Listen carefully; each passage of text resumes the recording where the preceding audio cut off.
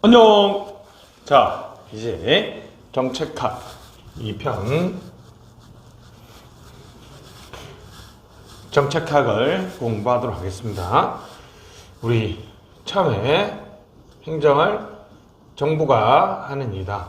그래서 사회적 요구를 받아서 정부가 그 문제, 즉 사회 문제에 대해서 일정한 방향, 방침, 지침.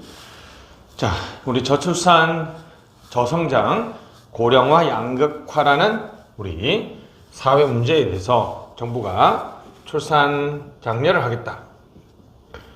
성장을 위한 정책, 창조경제, 혁신성장, 4차 산업혁명에 따른 우리 고용 등 다양한 정부의 어떤 기본 방침을 발표합니다. 자, 이걸 우리가 정책이다. 때로는 대책이다. 때로는 기본 방침, 입장. 즉, 정부는 그 문제에 대해서 개입하지 않는 것이 기본적 입장입니다. 이렇게 얘기하기도 하죠. 그죠? 방침, 대책, 입장, 계획, 여러 가지 용어 없습니다. 이런 것들 다 우리가 영어로는 policy, 정부의 기본 방침, 입장, 사회 문제에 관한 정부의 기본 방침, 그럼 지침, 입장을 우리가 정책이라고 얘기하죠. 자, 이러한 정책은 1951년 라스웰이라는 학자가 정책 지향, Policy and Orientation, 이제 정책 중심의 연구를 해보자 라고 발표하면서부터 시작되었는데 50년대는 행태주의, 그죠? 그러니까 정책 지향이라는 것은 사회 문제에 관한 어떤 처방, 어떤 것이 더 중요한지에 대한 가치 판단을 내포하고 있는데요. 당시 지배적인 연구 방법이었던 행태주의는 무엇이 옳고 그른지에 대해서는 경험적, 실정적 연구가 가능하지 않기 때문에 우리는 그런 것들은 연구하지 못한다. 그래서 우리는 가치 중립적인 것, 과학성, 양자 입장이 충돌한다는 거죠. 사회 문제에 관해서 어떤 것들이 중요하고 어떤 것들을 해결해야 되는지에 관해서 가치 판단적 연구를 하자는 정책학은 당시 행태주의에 따라서 관심이 부족했습니다. 크게 이제 관심을 갖지 못했는데요. 후기 행태주의, 그죠? 후기 행태주의 기억나시죠? 1960년대에 흑인 폭동, 원란전 등의 급박한 사회 문제의 해결을 위해서 우리 인종 갈등이나 월남전, 그래서 우리가 급박한 사회 문제에 관해서 그 문제를 어떻게 해결하는 것이 중요한 것인지, 그래서 우리 relevance 기억나시죠? 급박성, 적실성, and action, 실천, 처방. 그래서 후기 행태주의의 가장 중요한 두 가지 원칙은 뭐다? 지금 사회에서 아주 급박하고 적실한 문제를 연구해야 되며 이론 중심이 아니라 처방이나 대책, 방침 등을 연구해야 된다는 것이죠. 그래서 후기 행태주의에 따라서 정책학이 관심을 가지게 됩니다. 다시 라스웰은 그래서 1971년도에 즉 20년이 지난 1971년도에 우리 정책 지향이라는 논문을 다시 쓰면서 이제 내가 말했던 정책 중심의 연구가 되어야 된다 하면서 밑에 페이지 보는 우리 정책학의 특징을 얘기하고 있습니다. 그래서 정책이라는 것은 바람직한 사회 상태, 예를 들면 출산 1.0이 넘어선다. 한 해, 1년에 50만 명 이상은 태어나야 된다. 이런 정책 목표라고 합니다. 이를 달성하기 위한 수단, 대책, 방침, 대안이라고 얘기하죠. 그죠? 권위 있는 정부기관은, 그러니까 예를 들면 NGO나 기업이 최근에 ESG, Environmental, Social Governance, 환경, 사회적 책임, 지배구조를 개선시켜 나가겠다는 어떤 방향을 발표합니다. 자, 이런 것들은 사회 문제에 관해서 기본적인 방향이지만 이것은 정책이 아닙니다. 왜냐하면 NGO나 시민단체나 기업은 권위 있는 정부기관이 아니죠. 권위가 있다는 말은 강제할 수 있고 추진할 수 있다는 것이죠. 그죠? 자, 그리고 기본 방침이다. 다시 정책 목표와 정책 수단에 대해서 권위 있는 정부기관의 기본 방침을 우리가 정책이라고 그러죠. 자, 이런 정치학의 관점에서는 우리 정치라는 것이 다양한 어떤 정치적인 이해관계가 이렇게 교차하면서 서로 대화하고 상호조정되는 결과물로서 보는 거죠. 그래서 권위적 배분이면서도 행동계획, 정부기관이 내린 결정, 사회 문제에 대한 해결 방침, 그래서 이제 이익과 손해를 나눠주는 성격, 타협 됐습니다. 경제적이고 분석적 관점에서는 효율적인, 그죠? 베네핏은 크게 하고 비용은 적게 한다. 그죠? 효율적이다. 이게 효율적인 거죠. 그죠? 가장 효율적인 결정은 뭐라고요? 최소 비용의 최대 효율을 달성하는 것이죠. 예를 들면, 그래서 이제 수도 이전을 못하고 행정 수도 이전을 했다는 것이죠. 행정 수도 이전에 대해서 우리 정치적인 측면에서는 수도 이전을 찬성하는 세력하고 반대하는 세력이, 그죠? 적절하게 타협했다는 것이죠. 이런 식으로 분석하는 거죠. 그러나 경제적 관점에서는 수도 전체를 이전하는 것은 효율성이 좀 떨어지지만 행정 수도를 이전하는 것은 좀 더 효율성이 높다. 그런 측면에서 최소 비용의 최대 효율을 달성하는 것이다. 이런 식으로 개념 정의한다는 것이죠. 자, 기출문제 한번 나왔고요. 자, 그럼 정책의 3대 구성 요소는 뭐냐? 방금 말했던 것처럼 정책 목표가 있습니다. 그죠? 정책 목표라는 것은 바람직한 사회 상태죠. 합계 출산율이 1.0이다. 또는 50만 명 이상 태어나는 것이다. 고용은 고용정책 60만 명이다. 뭐 이런 식으로, 그죠? 그래서 이제 미래에 대한 거죠. 맞죠? 어떤 일정한 방향이 있죠. 출산을 늘린다, 줄인다, 이런 식의 방향. 약간 사실 주관적이죠. 그죠? 그래서 우리 부동산 가격에 관해서 어떤 그죠? 집을 가진 사람들은 쭉 올라갔는데 이 정도면 괜찮다. 집이 없는 사람은 이렇게 확 떨어진다 생각하고 정책 담당자들은 조금만 한 10%만 떨어지면 좋겠다. 투기하는 사람들은 올라갔으면 좋겠다 그러죠. 그래서 이 부동산에 대해서 정책 목표는 주관적에 따라 다르다. 규범적입니다. 그죠? 바람직한 것에 관한 것이죠. 그죠? 규범적인 거. 우리가 이제 창조적인 목표는 한 번도 달성하지 못한 거. 새로운 거죠. 그죠?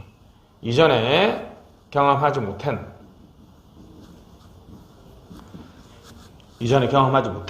상태를 말하는 거죠.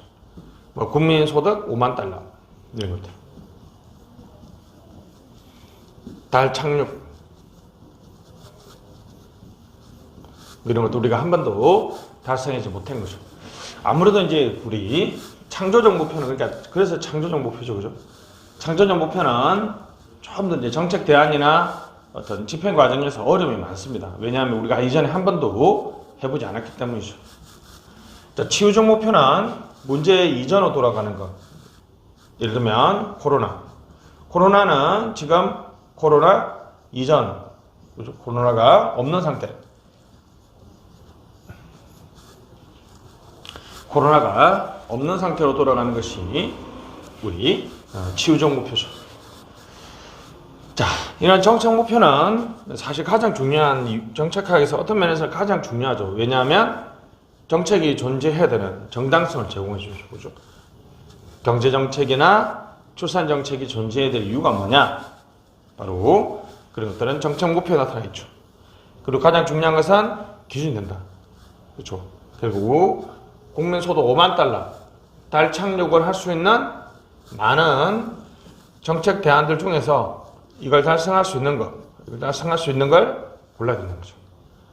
또는 그 대안이 성공했느냐 실패했느냐는 목표를 달성했느냐를 보면 되죠. 그죠? 정책 목표. 성공과 실패 기준.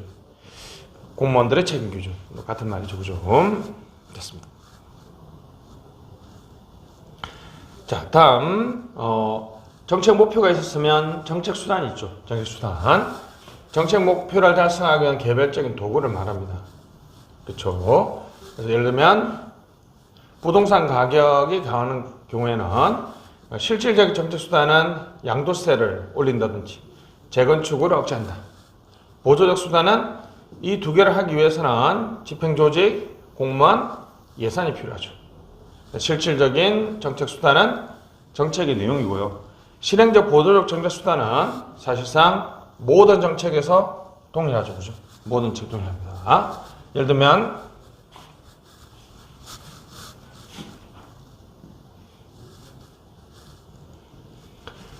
자, 부동산 가격에 대해서 이렇게 했는데 예를 들면 국방 현대화 그래서 이제 전투기, 잠수함, F-35 하여튼 우리 국방 전력을 높이기 위해서는 전투기를 더 구매하고 잠수함을 만든다는 실질적인 정책 수단. 부동산 가격을 안정시키기 위해서는 양도세, 재건축 억제라는 실질적인 수단이 필요하지만 보조적인 또는 실행적인 정책 수단은 조직, 공무원, 예산. 조직, 집행조직이나 공무원이나 예산은 양도세나 재건축의 문제를 할 때도 필요하고 전투기, 잠수함을 더 많이 만든다, 구매한다. 그 정책에도 집행조직이나 공무원이나 예산이 필요하죠. 즉, 실행적, 보조적 정책 수단은 그 정책이 부동산 정책이든 국방 정책이든 교육 정책이든 다 똑같이 필요한다는 거죠. 다 똑같이 동일하다는 거죠. 모든 정책에서 동일하다는 거죠. 자, 정책 대상 집단. 그래서 이른바 정책의 3대 구성 요소는 정책 목표와 정책 대상 집단, 정책 수단이 있습니다. 대상 집단은요, 편익을, 혜택을 누리는 집단하고 비용, 피해를 입는 집단이 있습니다. 그죠? 그래서 우리가 15만 명의 약사들이 편의점에서 약을 많이 못 팔도록 규제하고 있습니다. 규제하는 것도 정부의 정책이죠. 자, 이 규제가 있음으로써 이 약사 집단은 엄청난 혜택을 누리죠. 편익을 누립니다. 왜냐하면 편의점에서 약을 팔기 시작하면 아무래도 약국에서 사는 약이 줄어들겠죠. 그죠? 자기들의 수입이 줄 테니까. 그죠? 그러나 반대로 편의점에서 약을 못 사함으로써 편익을 누리지만 일반 국민들 대다수는 피해를, 그죠? 입는다. 이걸 비용 집단이라고 합니다. 비용 집단. 정책은 편익과 비용을 균등하게 나눠주지 못하죠. 그죠? 그런 측면이 있습니다. 기타,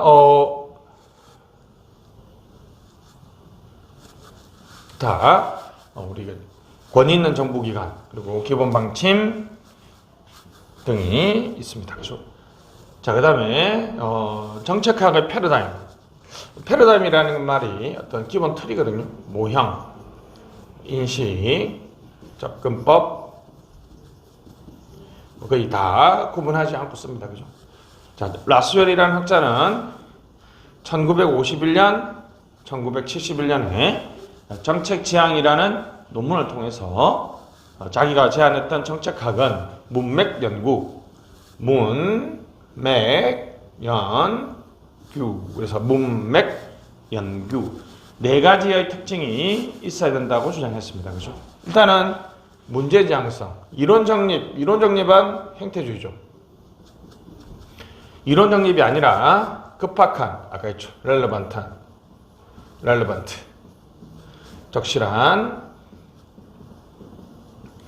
급박한, 적실한 사회 문제에 관해서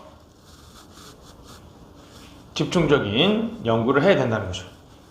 맥락적, 종합적으로 이해해야 된다는 거죠. 그렇죠? 맥락적으로, 그렇죠? 이게 맥락이 있어야 된다는 거죠. 맥락적.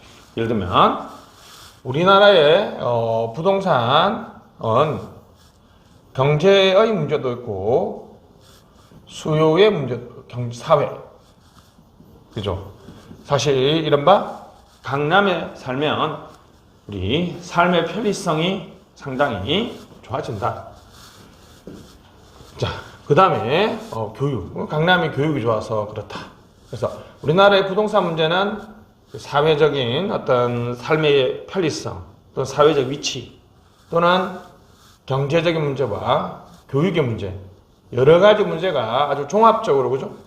종합적으로 관련되어 있기 때문에 그 문제를 해결하기 위해서는 교육, 경제, 사회의 문제 부분 단편적으로 접근하는 것이 아니라 종합적으로 문제를 봐야 된다는 것을 우리가 맥락성이라고 얘기합니다. 자, 그 다음에 연합학문. 연합학문이라는 것이 다학문, 범학문, 학제적이라는 표현을 쓰는데요. 빵처럼 맥락적으로 문제를 바라보려면 사회학, 경제학, 교육학이라는 다양한 학문이 문제 해결에 적용돼야 되겠죠. 그죠? 그래서 어떤 정책학은 꼭 하나의 학문에 집착하지 않고 다양한 학문들을 다 같이 활용한다는 것이죠. 그리고 규범, 당위, 바람직한 방향, 그래도 바람직스러움이라는 이 가치 판단, 그죠?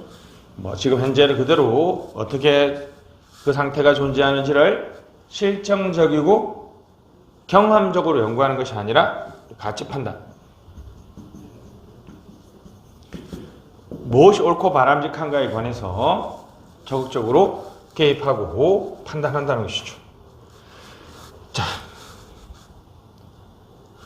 나중에 보게 될 이 드로우라는 학자는 이스라엘 학자인데요.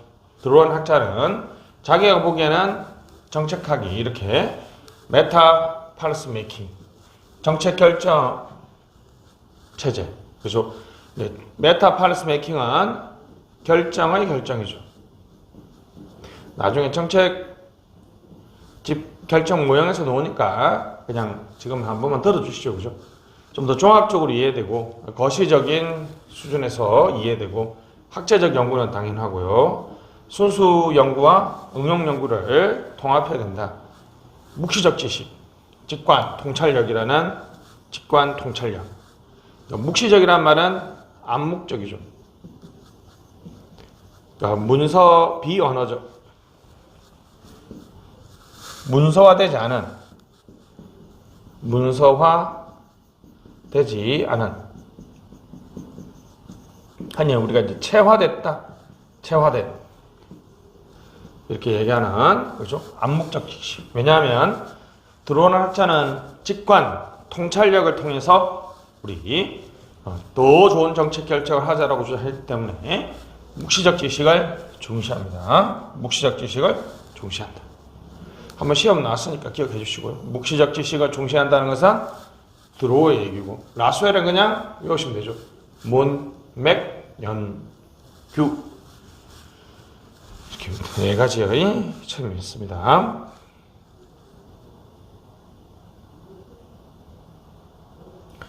자, 그러면 정책학은 어떻게 연구가 진행될까요? 1951년하고 1971년도에 정책지향이라는 논문을 썼던 라스웰은 정책학은 궁극적 목표는 인간 존엄, 웰빙이죠. 어떤 면에서 인간들이 모두 다 잘 사는 인간 존엄을 구현해야 된다. 이러한 인간 존엄을 구현하기 위해서는 정책 과정의 합리화라는 중간 목표가 필요하다는 거죠. 정책 과정의 합리화는 정책 과정에 관한 실정적이고 경험적 연구.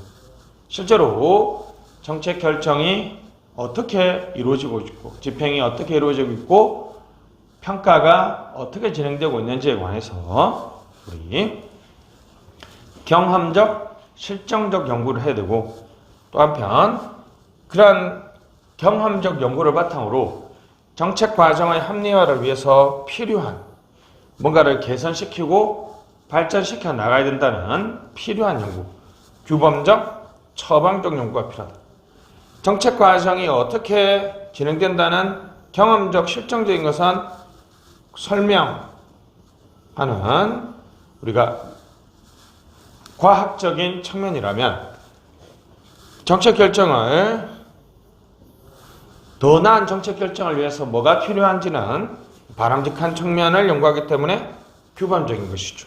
정책 과정에 관한 연구와 정책 과정에 필요한 연구. 자, 예를 들면 과장님, 국장님, 장관님, 우리가 이걸 순차적으로 위로 결체해 올라가는 방식을 품위제라고 그러는데요. 그래서 과장님이 사인하고 국장님이 사인하고 국장 사인하는 거죠. 한국 부처에 가서 형식적으로 정책 결정이 어떻게 이루어지는지를 봤더니 하의 상달, 맞죠? 아래쪽에 뜻이 위로 올라가는 즉 상향적인 결제 방식인 품위제라는 방식이 이용되고 있더라. 이건 지금 경험적이고 실정적인 연구죠, 그죠? 경험적이고 실정적 연구인데 이제 이게 너무 대내적이고 주관적이며 개인의 어떤 경험만 활용하기 때문에 이제는 객관적인 데이터를 기반으로 해서 행정을 하자. 2021년 시행되고 있는 데이터 기반 행정. 그래서 객관적이고 과학적인 경험적인 데이터를 활용하자는 거죠. 자, 이쪽은 실제로 정책 결정이 이루어지고 있는 실정적이고 경험적 측면이라면 이제 데이터 기반을 통해서 수요를 예측하고 과학적이고 객관적인 정책 결정을 하자는 것은 이거는 규범적이고 처방적이죠. 규범적이고 처방적이다. 실제로 정책 결정이 어떻게 진행되고 있는지는 경험적이고 실정적이라면 어떻게 이루어져야 된다는 것은 규범적이고 처방적인 연구가 되겠습니다.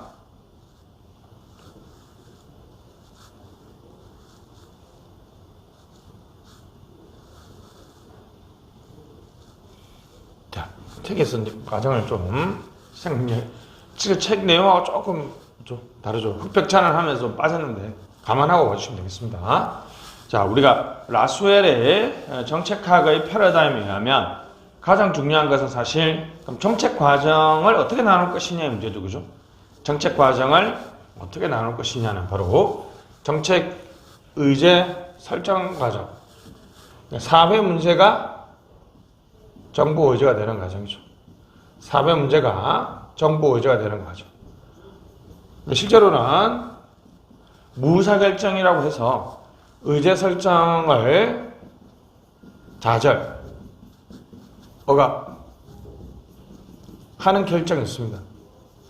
어떤 특정 사회 문제는 정부 의제가 되지 않는 것들, 그죠? 검찰이 자기들의 치부를 싫어하니까 검찰 의제 설정을 잘 안 되도록 한다든지, 집권 세력들이 자신들의 어떤 오점이라든지 부패 문제를 감추기 위해서 의제 설정을 억지로 못하게 하는 그런 것들, 무의사결정이 있습니다. 자, 그러면 의제 설정이 되고 나서는 결정입니다. 결정은 일단은 목표를 설정해야 되죠. 그래서 저출산 문제가 심각하니까 출산 정책의 목표 세웠는데 그 목표라는 것이 뭐 현재 정도 유지냐, 아니면 좀 더 50만 명이냐, 아니면 한 30만 명이냐, 이런 식의 목표를 설정해야지 거기에 맞는 대안을 탐색하고 선택하겠죠. 정책 결정은 목표를 설정하고 대안을 탐색하고 대안을 선택하는 일련의 과정이죠.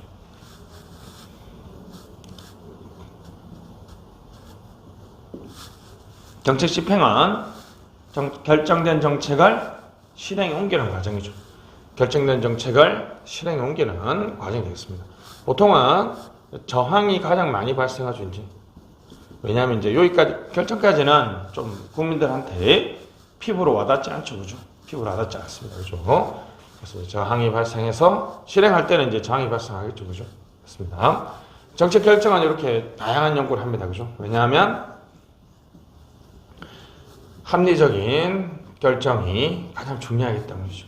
진짜 뭐 정책학에서 가장 많이 차지하는 부분이 정책 결정이죠, 그죠?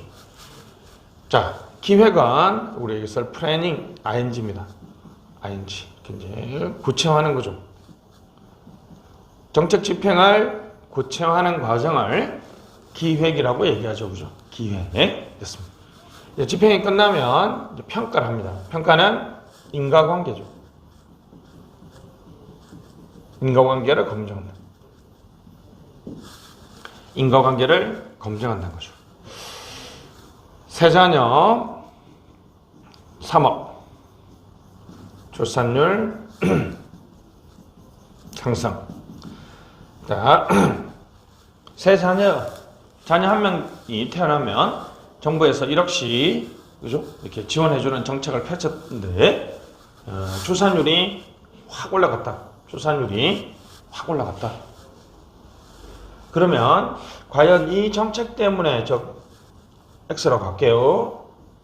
출산율이 올라갔는지 검증해봐야 되죠, 그죠? 아니면, 다른 요인들이 많이 있을 수 있겠죠, 그죠? 뭐 교육제도가 바뀌었다든지, 뭐, 요즘에 모병제로 바뀌었다든지, 아니면, 수당이, 그죠?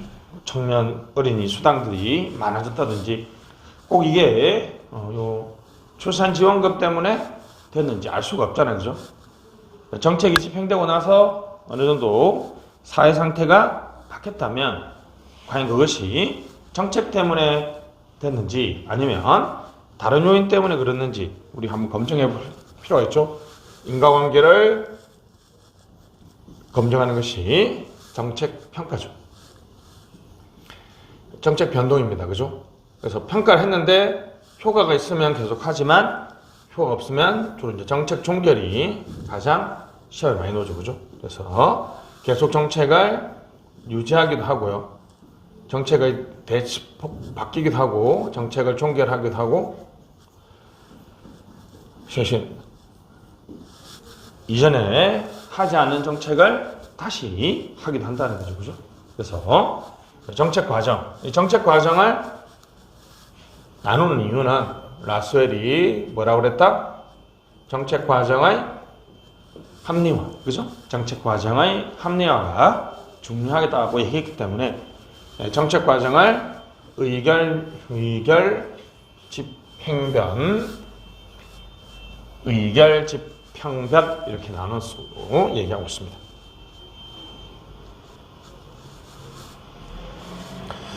자, 정책 유형론이 있습니다. 아주 중요한 부분이죠, 그죠? 정책 유형론, 정책 유형, 정책의 종류 이렇게 얘기합니다. 그래서 이제 알몬드와 포엘, 알몬드와 포엘이 있습니다, 그죠?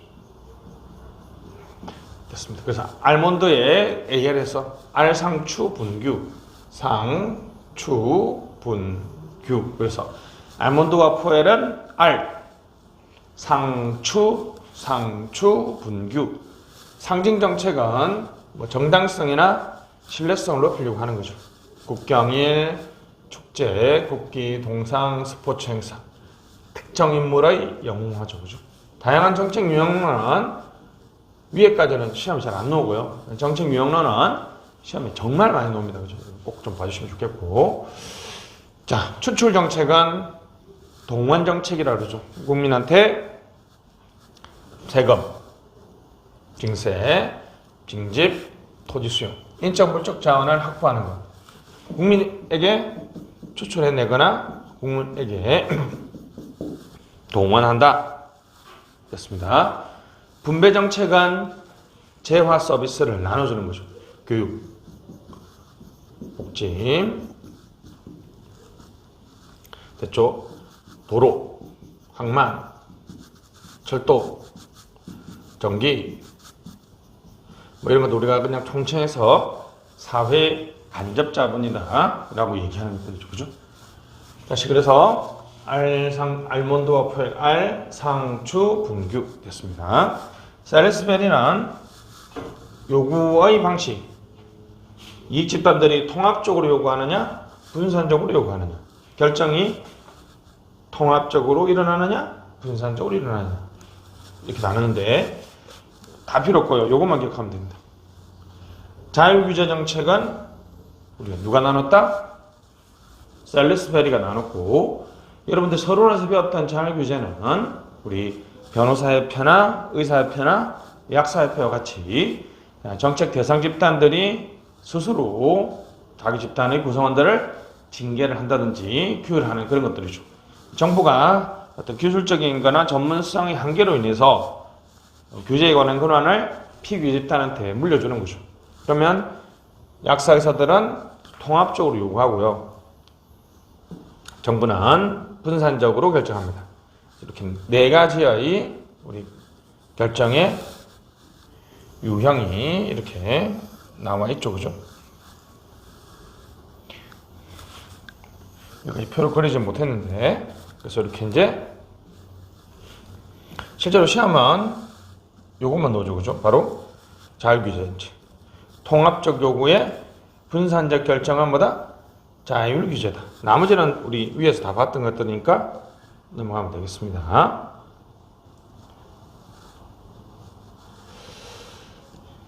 역시 압도적으로 시험이 많이 나오는 것은 로이죠. 로이. 엄청 중요합니다. 로이. 정책이 정치를 결정한다. 정책이 독립변수고 정치가 종속변수죠. 소수의 엘리트들이 정책을 결정한다는 엘리트론과 이익집단들의 갈등과 타협이다. 그래서 다양한 이익집단들이 정책 결정에 참여한다는 다원주의론이 있는데요. 이 두 가지의 정책 결정 방식, 정치. 두 가지의 정치 방식에 따라서 정책이 결정되는 것이 아니라 정책에 따라서 정치가 달라진다는 거죠. Policy determine politics. 정책이 종속 변수가 아니라 독립 변수가 됐다. 그래서 이게 중요합니다. 강제력의 행사 방법이 직접적이냐 간접적이냐, 적용 대상이 개인 행위냐 규율하는 환경이냐 됐습니다. 그래서 첫 번째는 우리 가장 이해하기 쉬운 것은 규제 정책이죠. 규제 정책은 강제력이 직접적이고 대상은 개인입니다. 그죠? 경제적 규제나 사회적 규제.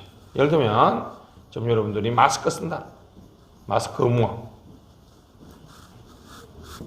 마스크를 지금 써야 된다는 것은 여러분 개인이죠. 그죠? 개인. 그죠? 행위의 환경입니다. 마스크 의무가 아니라 코로나 확산 방지, 사회적 거리두기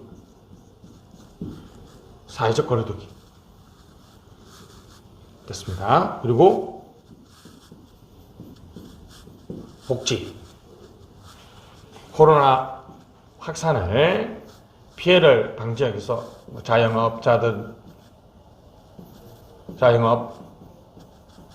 프리랜스, 특고, 특수고용직 뭐 이런 식으로 그죠? 이런 것들은 딱 그죠? 개인 행위가 아니라 내가 어디에 소속돼 있으면 내가 그것을 이용할 수 있는 거니까 내 행위의 환경이죠, 그죠? 환경 됐습니다. 학부제. 학부제는 행위의 환경이고요. 학점 35점 이수 해야지 졸업이다. 학부제로 하는 거는 여러분들이 대학생활 할 수 있는 환경을 바꾸는 거고 학점 35 그죠? 예를 들면 이것은 개인 행동이죠. 예를 들면 A에서 B로 갈 수 있는 도로가 이렇게 3개가 있었는데 새로 도로가 하나 더 늘었어요. 이건 여러분들이 A에서 B로 갈 수 있는 환경을 바꿔준 거죠. 근데 1이라는 요금이 1,000원에서 2,000원 올랐다. 이건 여러분들이 이걸 이용하면 그냥 직접적으로 대상이 되죠. 다시 A에서 B로 갈 수 있는 많은 도로를 놨다. 이거는 환경을 바꿔준 거죠. 무슨 얘기냐? 자, 갑시다. 그러면 마스크 착용 의무화는 여러분의 행위에 바로 직접 적용되니까 규제 정책이고요. 예를 들면 간접적으로 적용되는데 개인의 행위에 적용된다. 여기 있죠. 자, 3군데로 갈 수 있었는데 3가지 길로 갈 수 있었는데 하나의 길을 더 만들어준 것은 여러분들이 이용할 수도 있고 안 할 수도 있으니까 간접적인데 여러분이 도로를 이용하는 행동에 직접적이죠. 근데 학부제로 바꿨다. A라는 지역에 우리 청년 배당을 하기로 했다. 이런 것들은 환경을 바꾸고 환경에 간접적으로 그죠? 간접적으로 적용됩니다. 그죠? 직접적으로 죄송합니다. 직접적으로 적용되죠. 자, 재분배 정책은 개인의 환경에 직접적으로 그죠? 환경에 직접적으로 학부제 대학생들한테는 바로 그냥 학부제가 바로 적용되죠. 학점 몇 점이냐? 이건 뭐 과마다 다를 수도 있고 그러니까 그죠? 됐습니다. 구성정책이 가장 멀죠. 구성정책이 바로 개인의 환경에 간접적입니다. 예를 들면 뭐 사실 선거구를 어떻게 바꾸든 정부 조직 개편을 어떻게 하든 여러분하고 직접적인 관련은 사실 없죠. 그런 면에서 간접적이다라고 볼 수 있습니다. 자, 내용 한번 봅시다. 시험에 엄청 많이 나옵니다. 자, 재분배 정책입니다. 재분배 정책은 환경에 직접적으로 적용되죠. 그죠? 환경에 직접적으로. 학부제와 같이 대학생들의 환경을 대학 또는 어떤 학점을 따는 환경을 바꿔주는 거지만 대학생들한테는 직접 적용되죠. 규제정책은 개인 행위, 마스크를 쓰라. 안 쓰면 처벌받는다. 그럼 직접적인 얘기죠. 개인 행위에 대해서 직접적으로 적용됩니다. 개인 행위에 대해서 직접적으로 적용되죠. 됐습니다. 일단 봅시다. 재분배. 분배한 걸 다시 분배해 주니까 소득 이전, 뭐 누진세 같은 것들을 주고 있죠. 누진세 등을 통해서 소득 이전을 목표로 하는 거죠. 가진 계급하고 가지지 못한 계급 사이 문제니까 이른바 계급 정책이라고 합니다. 이거는 재산권을 언제 행사하라 하지 마라 이게 아니라 재산 자체가 너는 많고 너는 적다. 그래서 많은 쪽에 것을 이만큼 가져와서 못 사는 사람들한테 이만큼씩 나눠주니까 소득 이전을 목표로 하죠. 그래서 뺏기는 사람은 루즈고 더 많이 받는 사람은 위너죠. 그래서 윈, 루즈. 위너와 루즈가 있으니까 더하면 제로섬. 영합 게임. 그렇죠? 제로섬 게임입니다. 승자와 패자가 있으니까 이것을 또 네거티브 게임이다 그러는 거예요. 네거티브 게임. 그래서 정상연합에 있는 피크 어소시에이션, 정상연합에 있는 엘리트들이 결정하기 때문에 엘리트론이 나타난다는 거죠. 그래서 다시 주어가 뭐죠? 재분배 정책에서는 지배 엘리트들이, 정상연합에 있는 엘리트들이 정책을 결정한다는 거죠. 주어가 정책이고 정책 결정 방식, 즉 정치가 종속 변수가 되겠습니다. 그죠? 왜 이걸 정상연합이라고 했냐면 우리나라에서는 노사정위원회가 있습니다. 그죠? 노동자와 사용자와 정부가 있는데 노동자는 민주노총이나 한국노총의 맨 위에 있는 피크, 정상에 있는 엘리트들 몇 명과 사용자, 정경련이나 경영자 총연합회 꼭대기에 있는 엘리트들 몇 명, 정부 엘리트들 몇 명이 이렇게 노사정위원회라는 피크 어소시에이션이죠. 그죠? 노사정위원회는 노동자들의 어떤 지배 엘리트와 사용자, 자본과 계급의 지배 엘리트들이 서로 연합을 해서 모여있는 그 체제에서 재분배 정책이 결정된다는 거죠. 정상연합은 노사정위원회는요, 여기 개별, 개인적인 엘리트 몇 명이 없어진다고 해서 없어지는 게 아닙니다. 상당히 안정적인 체제죠. 또 다른 엘리트가 또 나타나겠죠. 그죠?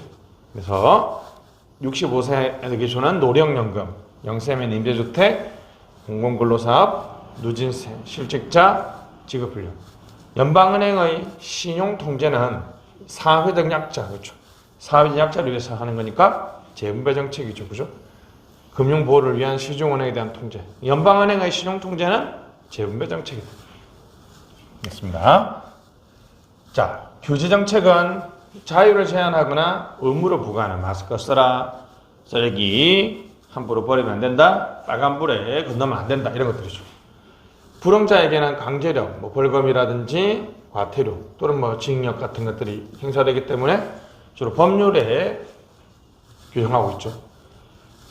우리 편의점에서 상비약을 못 사도록 하는 건 원인에서 약사 집단은 편익 집단이고 비용 집단이 있습니다. 그죠? 편익 집단과 비용 집단이 서로 흥정 타협을 하기 때문에 균형체인 경우에는 이익 집단 간의 갈등과 타협, 사회는 다원적이고 다양한 가치 또는 집단들이 존재하고 그 집단들이 상호 타협을 통해서 정책을 결정한다는 다원주의와 이익 집단.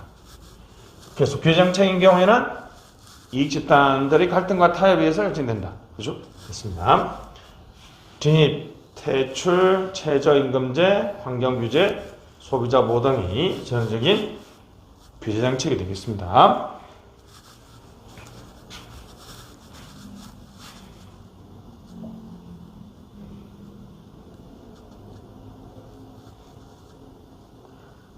배분 정책인데요. 배분 정책은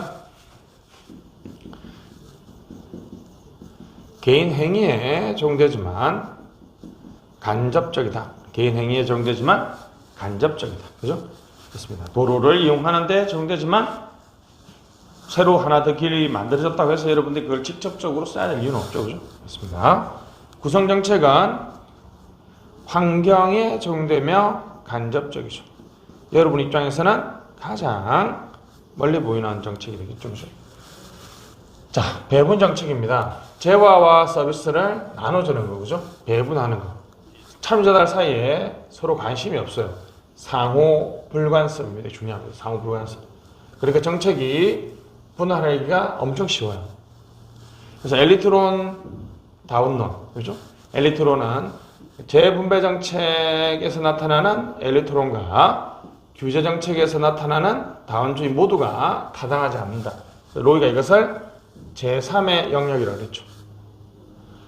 비용 부담자들은 자신이 누구를 위해서 얼마나 돈을 내는지를 알 수 없다는 거죠. 투표 거래나 보트 트레이드, 보트 바트링으로 결제된다. 이걸 이제 포커벨을 로그롤링이라고 그러죠. 승자와 패자가 없으니까 다 승자죠. 제로, 썸, 비영합 게임. 그죠? 100명이 도로를 찬성하고요.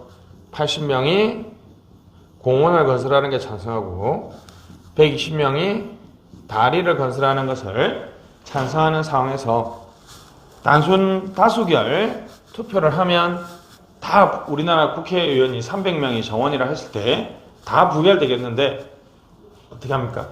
도로 100명하고 공원 30명의 국회의원들이 서로 내가 너 쪽 찬성 찍어줄 테니까 너도 우리 쪽 찬성을 찍어줘 이렇게 한다는 거죠. 그럼 도로에 180표가 나오고 공원도 뭐 단순하게 계산합시다. 180표가 나오죠. 지금 뭘 거래했죠? 투표를 보트 트레이드, 보트 바터라고 하는데 투표를 거래했죠. 그죠? 근데 왜냐하면 도로를 건설하는 찬성한 A 집단과 공원을 찬성하는 B 집단 사이에 얘가 이 도로나 공원에 전혀 반대할 이유도 없고요. 서로 관심도 없어요. 근데 아까 재분배 정책은 부자와 빈자 사이에 서로 뺏기고 뺏기는 문제니까 치열하게 싸운단 말이죠. 약국하고 일반인 사이에서는 우리가 이 편의점에서 규제가 있어야 되는지 없어야 되는지에 관해서 치열하게 싸우는데 여기서는 어떤 동네에 도로를 건설하든 어디에 공원을 건설하든 서로가 서로에 대해서 전혀 관심이 없는 상태죠. 그러니까 너 찍어줄 테니까 너 나 찍어줘. 이렇게 된다는 거죠. 이런 식으로 정책이 결정됩니다. 그래서 우리가 포코벨을 돼지구유통입니다. 그죠? 예산이라는 엄청나게 많은 돼지구유통에 먼저 머리를 넣고 많이 먹으면 된다는 식의 사고방식이죠. 자, 때로는 이것이 통나무인데요. 함께 굴리면 통나무를 굴릴 수 있다는 거죠. 혼자 굴리면 못 굴리니까. 이걸 우리가 로고롤링이라고 그러죠. 로고롤링은 뭐라고요? 서로에게 찬성표를 찍어주면서 불필요한 서비스가 많아지는 또는 재화가 많아지는 공급될 현상을 말합니다.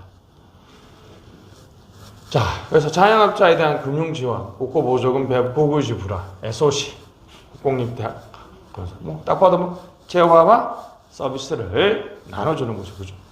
구성정책은 국가의 구성과 운영에 관한 거죠, 그죠? 구성과 운영에 관한 거. 대외적 가치 배분에 영향이 없어요. 그러니까 간접적이죠, 그죠? 그래서 정당에게만 정리하고 뭐 선거구 개편, 정부조직 개편, 공무원 연금 보수 등은 국가나 정부의 운영에 관한 것들이죠. 처음에는 없다가 나중에 추가됐다. 그렇습니다. 로이어 연구의 아주 큰 공헌은 정책에 따라서 정책 결정 방식이 달라진다는 이른바 정책의 독립 변수와 정책 연구에 기여했다는 거죠. 엘리트론과 다운론을 상황에 맞게 어떤 상황? 규제 정책인 상황에서는 다원주의, 이익집단론이 나타나고 재분배 정책인 경우에는 엘리트론이 나타난다는 거죠.